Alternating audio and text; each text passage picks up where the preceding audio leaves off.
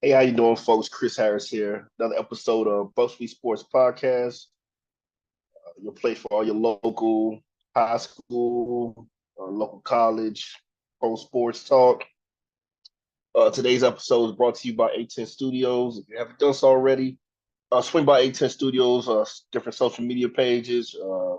Check them out, support them, give them like, share, follow. Local business that's giving content creators like myself opportunity to showcase their talent, get them outlet to bring you guys this content. So appreciate everything they do. Shout out to Mr. Mika and everyone back there for all their support. Like I said, these are local people. You'll probably know them. They're friends, family members, classmates. Swing by, show them some love, support them, help them get to 1,000 followers, getting real close. Today's episode, I'm going to continue with my team preview series. Today we'll be talking about the Midway Raiders and Western Guilford Hornets. So once again, appreciate everyone joining me. Hoping everyone's having a great week. We'll go ahead and get started. Start off with a little bit of pro sports stuff. Nothing serious as far as Carolina Panthers go. Charlotte Hornet news. Shout out to welcome back to Charlotte Kimball Walker, long time Hornet fan favorite. Recently retired, and he's joining a new coach, Charles Lee's coaching staff. So congratulations to him. That's a good move. Looking forward to seeing him back in Charlotte. I guess the big thing that's been in the news this past week has been Bronny James getting drafted to the Los Angeles Lakers. Man, a lot of people had their thoughts and opinions on it. A lot of it negative. I'm just gonna say this, man. Everybody's screaming nepotism. Nepotism's been going on, for the longest, man. You look at your local jobs, some of these big time businesses, corporations. I mean, it's just this is nothing new, I personally don't have an issue with it. I mean, if I have an opportunity to put my son on, and I'm gonna do everything. I'm gonna pull every string I can to, help him be successful. So, I mean, like I said, I have no issue with it. I think a lot of things just a lot of people just don't like LeBron, which I don't understand really why. Um, no one's ever really given me, in these little debates, no one's ever given me a good reason. I don't like him because he's a crybaby. You, have you watched the NBA lately? I mean, everybody cries, everybody flops. That's Tom Brady's one of the greatest NFL players, if not the greatest NFL player, certified GOAT. Tom Brady cried all the time. So don't give me crying over calls. I mean, everybody does that. Um, like I said, no one's ever given me a good reason, man. As far as his personal life, I mean, guys, you don't see him getting DUIs or drug charges, beating his wife, anything like crazy like that. Basketball wise, me personally, I don't put him as the goat over Jordan. I feel like it varies from era to era as far as your opinion on that matter goes. I grew up a big time Kobe. Everybody knows me. I grew up a big time Kobe Bryant fan. It still hurts me to this day seeing Kobe Bryant, in that shot with that holding up that Charlotte jersey. Of course, ended up trading him. Probably one of the biggest, what if moments this franchise has. But so I'm not a LeBron. I'm not no LeBron, you know, super fan or anything like that. I mean, I respect, what he's brought to the game. I feel like if you really truly love, the sport of basketball, you can't help but respect what he's brought to the game. I mean, you ain't gotta, like I said, you ain't gotta be in love with the guy, but come on, to do what he's done for as long as he's done it, with that consistency. I mean, like I said, definitely top five all time, top three all time, however you want to place it. But uh, yeah, like I said, the hate that his son gets because of him is ridiculous, man. Like I said, I understand, didn't have a stellar college career, probably some guys that are definitely more deserving draft wise. But I mean, at the end of the day, if LeBron pulls some strings, he pulls some strings. Like I said, nepotism is it's all out there in the world. So I mean, it happens. And at the end of the day, man, you got to think, man. The Lakers thinking, man, this is business, man. That LeBron, that brand sells, and the proof is in the pudding. I mean, y'all gonna talk about how much Bronny James sucks all you want, but look at those jersey sales already. You know what I'm saying? Like, I couldn't pull up the numbers, but I was reading it earlier. Like, already top what his dad did. Jersey sale wise, what his dad was. Back in 2003 when he got drafted to Cleveland, and I think it's like number 2 on Lakers website right now. So, I mean, the I said the at the end of the day, it's a business as well. Um, like I said, man, just I mean, I don't see him cracking their starting lineup or anything like that. He'll probably be a developmental player, G League type guy.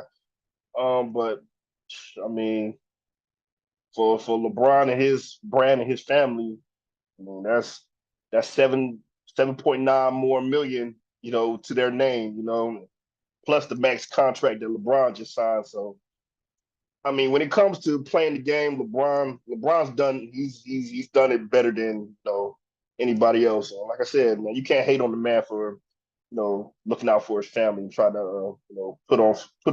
Come on, we all have done it, man. You be telling me you ain't never had a cousin you looked out for, like, hey man, just come on down here, fill out the application. I got you. Come on, we all do it. So, I mean, he's just doing it on a much bigger scale. Moving on. Let's for the reason why everyone's here.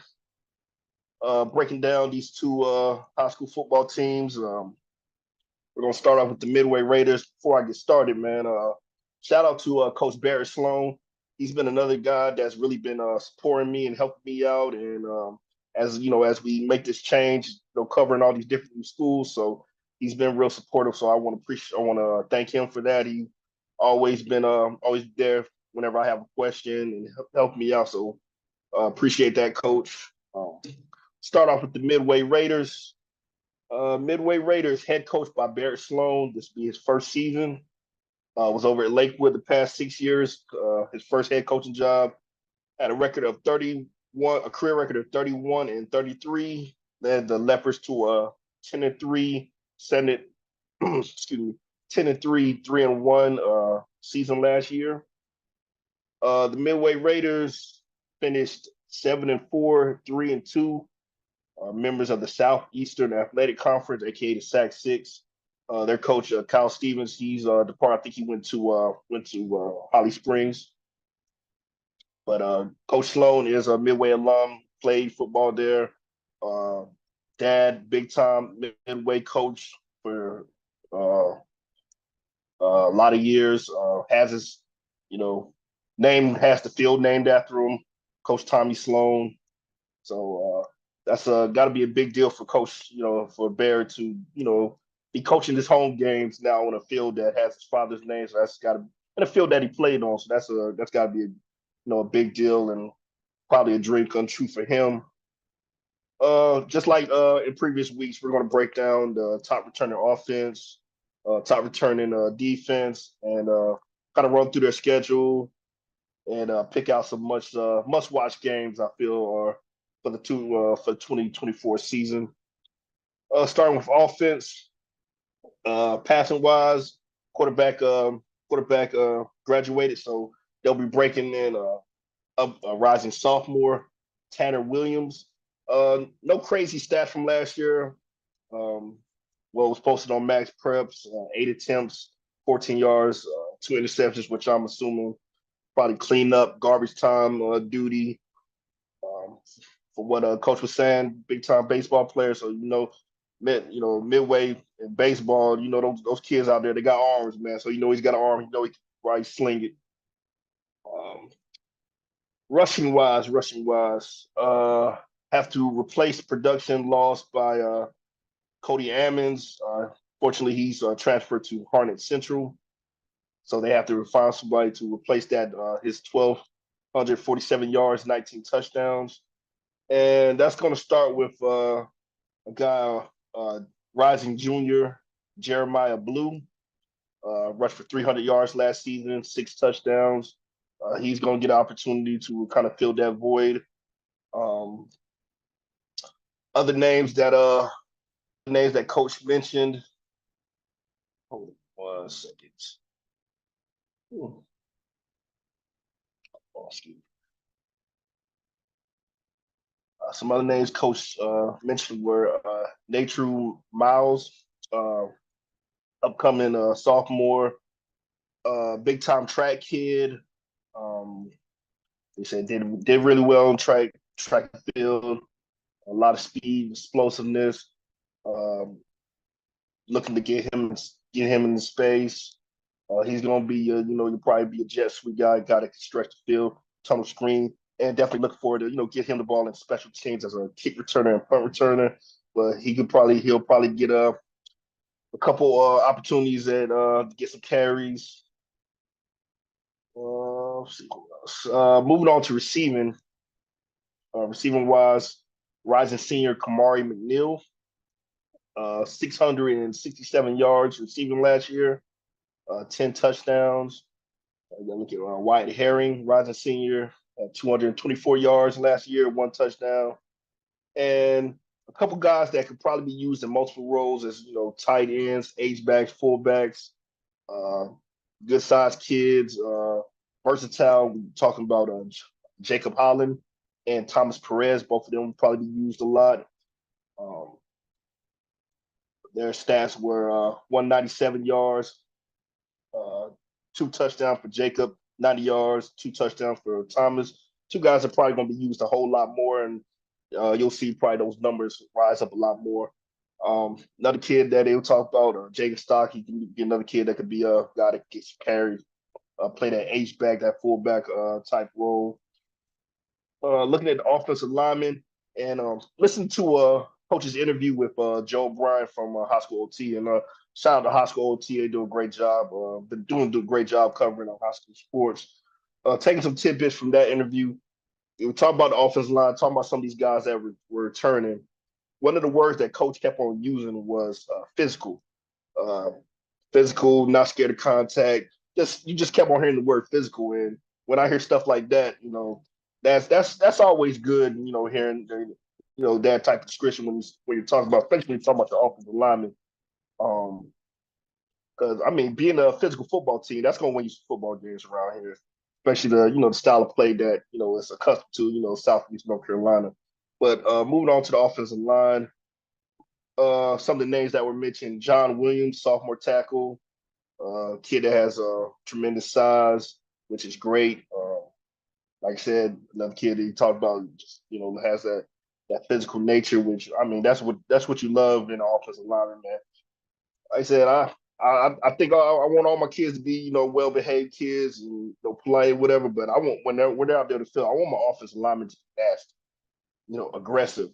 You know, I don't care. You can have a kid that's 6'3", 6'5", 300 pounds, but I mean, if they're not aggressive, they're not coming off the ball. I mean, they're just a roadblock. Man, I'll take a kid that's 5'11", 205 that comes off the ball, that's aggressive, that's nasty, that blocks to the whistle over, like I said, a kid that's 6'4", 6'5", and just stands there. So that's the type of stuff I'm kind of picking up when I hear coach talk about some of his linemen. Another kid he talked about, Dakota Beard, senior tackle, big weight room kid. Another offensive lineman he talked about was Lucas Two, who's a 3-year starter coming back. And like I said, he already mentioned the tight ends. He said Jacob Holland, Thomas Perez, probably see Jaden Stock.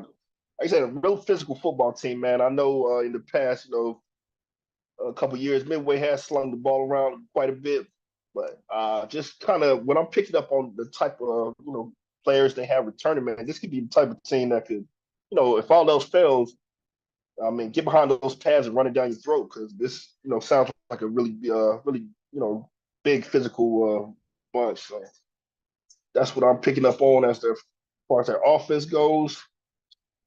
Moving on to the defensive side of the ball, don't really have any stats. One of the parents have pointed out to me that they believe that some of the stats were incomplete.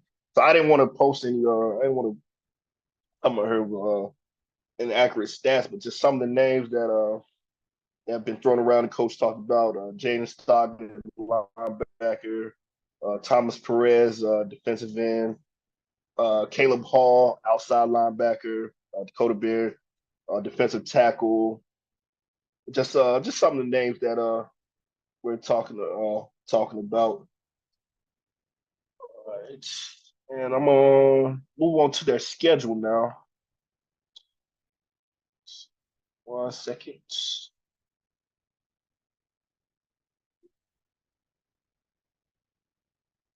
Oh, before I move on, one more promising newcomer that coach mentioned. He mentioned a kid by the name Wesley too, incoming a freshman. Said it's gonna be one of those kids that he's gonna have a really hard time keeping on JV. And as a Midway fan, that's got to get you excited, man. When you got that type of, you got one of those type of kids coming through. Uh, you get that's get to see him, the next 4 years and continue to see him excel and grow. But so that's a name for you Midway faithful to look out for, Wesley too. Moving on to Midway schedule. We'll start off the season August 23rd versus Hopton. That's home game. Then next week they'll host James Keenan. September 6th, they'll be on the road at North Johnston. September 13th, on the road at Lakewood. September 20th, they'll host Goldsboro.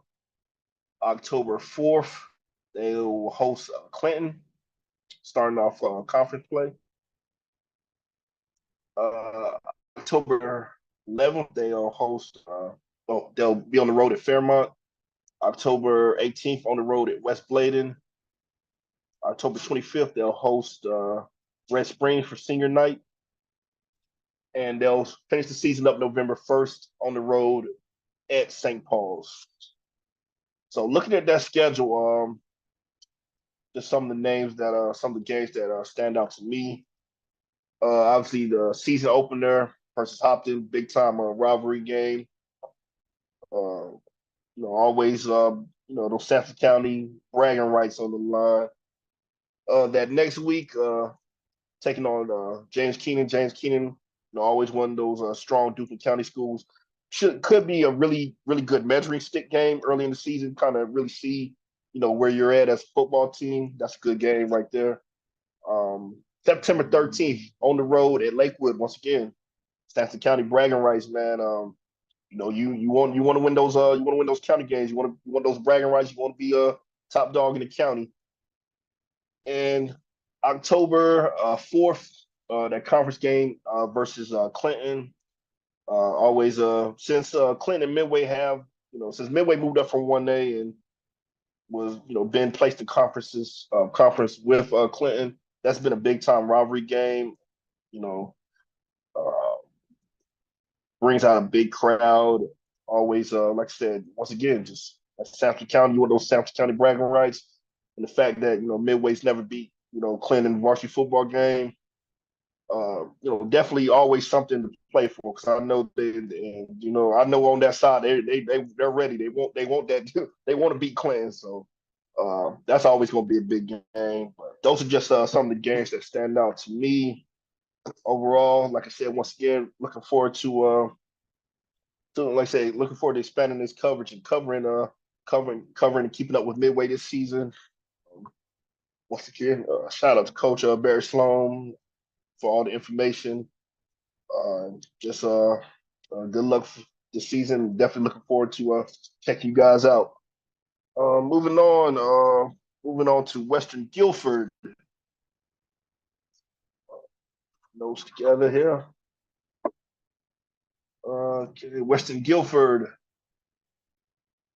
uh, coached by Anthony Timmons. This will be his third season. Last year they finished 2-8, 1-6 in the Metro 4A conference. Since like I said, Anthony Timmons been there for this will be his third year. That first year, pretty rough. Coming over from Nightdale. finished 0-10 that first season to 2022. And 2023 improved a little bit, finished 2-8. And then, of course, like I said, last year finished 2-8. Like I said, so I mean, it's you're build. It's a building process, man. Like I said, you're headed in the right direction. As a head coach, Coach Timmons is 69 and 111, and that's through four different stops at four schools since 2008. Uh, Breaking down their top returning players, passing wise, I look for it to be Caleb Moore, rising sophomore. Kid that Coach Timmons mentioned in his interview with high school OT. Um, Kid came on late. 294 yards last year, 3 touchdowns, 2 interceptions. Like I said, that's not huge numbers, but that's solid for a freshman, man. Like I said, they looks like they had tried out 3 different quarterbacks, and probably settled on him later in the season. So it'll be interesting to see what he could do with a full year. Looks like a really athletic kid. So definitely somebody be a dual threat. Like I said, looking forward to seeing what he can do this next year. Rushing wise, it starts with rising junior Tim Baker, kind of a do-it-all guy. 748 yards last year as a sophomore, 6 touchdowns, 131 receiving yards, 1 touchdown. All conference selection. Just looking at his tape, man, he strikes me as one of those guys where, man, you just want to try to get him the ball as much as possible and just let him create, man. He's that got a coach that talk about that creative position, that wide back, wide receiver, running back, that Debo Samuel type player, man. This is the type of kid you could put in the Wildcat. They're like, look, our end zone's that way, get it done. And he'll find a way, man. So he's like I said, if I'm a coach, man, I'm trying to get him the ball. I'm trying to find as many ways possible to get him the football. But he's going to be a big part of their offense this upcoming season. That's one of the reasons why he was one of my selections for my BuzzFeed Sports preseason team. Receiving wise, get a big boost from a transfer from West Cabarrus, DeAndre Gilmore. Just one of the guys Coach talked about in his interview. Couldn't pull up any stats on him, but he does have an offer from UNCP. Checked out some of his film from West Cabarrus last season. Like I said, same type of kid, like Tim Baker, man. You want to give him the ball as much as possible outside. Uh, Big time receiver threat, stretch the field, lots of good speed. Kid that could probably help them out on both sides of the ball and in special teams. So, like I said, uh, him and Tim Baker, man, you got some weapons. You got some weapons to create with.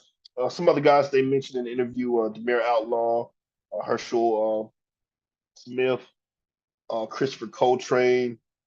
Coltrane had 158 yards rushing, 87 yards receiving last year, 2 touchdowns. Outlaw had 116 yards receiving, and Smith didn't really have any huge numbers. Guess maybe he might have been an 8-quarter guy, JV kid, but that's another one to look out for. Notable offensive linemen. In his interview, he mentioned that they have all their offensive line, their starting O linemen coming back, which I mean that's big time, man. To have that that continuity, that chemistry returning. One of the offensive linemen that was mentioned to me, and before I go any further, man, shout out to Coach Juan, man. Coach Juan was on my show a couple months ago, man, and he's one of the coaches for Western Guilford, and he's been providing me with a lot of information. Just another one of those coaches that's been really supportive and really appreciate everything he's done. Coach Juan mentioned center Dwayne White as a guy to really check out, so be on the lookout for him. Top returning defense players. Um, Jacob Dawn, defensive end, 30 tackles, 7 tackles for loss, one forced fumble. Barney Williams, defensive end, 67 tackles, 13 tackles for loss, 3 sacks, one fumble recovery. Some other kids that was mentioned by Coach Wyman, Coach Timmons, Yasin Holland, rising sophomore linebacker Simon Libby, and don't be surprised if you see a kid like Tim Baker out there, playing defense as well. Played lots of defense last year. Had 19 tackles, 3 tackles for loss, one interception, which we returned for a touchdown. So, like I said, solid group returning, man. The biggest thing that stands out to me looking at those guys, what they got returning is like I said, returning all your offensive linemen from last season. That's big. That's big, man. That's big. Like I said, with breaking in a sophomore quarterback, it's good that he has a solid offensive line in front of him. We'll go break down their schedule a little bit. Schedule wise, all right, they start the season off on the road at Southwestern Randolph. August 30th, they'll host Northeast Guilford. September 6th, they'll be on the road at Southern Guilford. September 20th, they will be home against Northwest Guilford. Uh, September 27th, they'll be on the road at Southwest Guilford. October 4th, taking on a big time powerhouse, hosting Grimsley. October 11th, they'll be on the road at Page. October 18th, they will be home against Southeast Guilford. Next week, October 25th, they'll be home against Northern Guilford, and they'll finish the season up on the road November 1st at Ragsdale. So just some of the games that stand out to me, and man, and they play in a really tough football climate, man. Greensboro area, like I said, that's a tough climate to play in. But some of the games that stood out to me, that were meant to be September 6th, rivalry game versus Southern Guilford. 9/27 versus Southwest Guilford. October 4th, like I said, that big, like I said, hosting Grimsley. Um, Grimsley, like I said, that's a powerhouse program. Have 5-star quarterback, one of the number one in his class. So that's going to be, you've seen the defensive players they send to college lately. Some of the wide receivers they send to college lately. That's like I said, that's a big time program. And once again, like I said, that's a measuring stick game. You want to see exactly where your football team is at that point in the season. That's a good game to find out.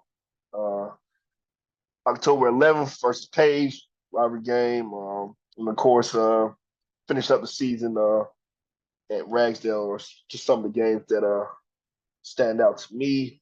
But that's my preview for Western Guilford. Once again, new program that I'm covering. Still learning about, still learning the ins and outs of the program. Like I said, I really appreciate, people like Coach Juan that have, taken the time to, answer all my questions and provide me with good information. So once again, appreciate y'all, man. Like I said, good luck this coming season. Really looking forward to check y'all out and hopefully, man, probably making it up there. Check out a game up there. Um, so that's my previews for this week. Midway, West Guilford. Hope everyone enjoyed. If you weren't, if you didn't notice yet, dropped my first article for the season. Uh, just kind of basically, talking about what I've already told y'all, as far as expanding coverages and, introducing, the new teams that I'll be covering. As far as those newspaper articles goes, that's going to go with, my games of the week. So each week I will select a team to, be my, for that game of the week, and they'll get all the extra coverage. They'll get the, the BuzzFeed Sports Player of the Game, Trench War of the Week. And they'll get the newspaper article um, that weekend. Either that Saturday or Sunday. I'll drop it either that Saturday or Sunday after the game. But like I said, I'm gonna spread the love. It's 10 teams. Everyone plays 10 games, so we got 10, 11 weeks. I'll pick a different team each week, and then everyone will get the opportunity to be showcased. But like I said, really just looking forward to it, man. Football season is literally right around the corner. As long as it felt, the wait in between. I mean, it's slow. It's creeping up on us, man. It's quick, man. Like I said, we're already here in beginning of July, so July 31st. A lot of teams will be hitting that at midnight practice, and we're gonna go ahead and get the season started. So definitely excited for it. Definitely excited to continue to bring you guys this coverage and content up here. Once again, shout out to 18 Studios. Like I said, if you haven't done so already, man, swing by, follow the page, like, share, check out all the different videos, man. It's just not sports up there, man. They got religious stuff, music stuff, inspirational comedy, a lot of great content, man. Check it out. You'll definitely find something that you will enjoy. Once again, I appreciate everyone supporting me and taking the time to listen. Hope everyone has a safe 4th of July. I'm recording this on a Wednesday, but you'll see this on Friday nights. Like I said, hope everyone had a great week. Thoughts and prayers to all those affected by the hurricane down in the Caribbean. Hope everyone's keeping safe. And once again, man, appreciate everyone for listening. Shout out to those listeners up in the DC metro area. Appreciate y'all listening in. Appreciate all the support. Once again, Chris Harris, Bucks Sports Podcast. Hope everyone has a great night.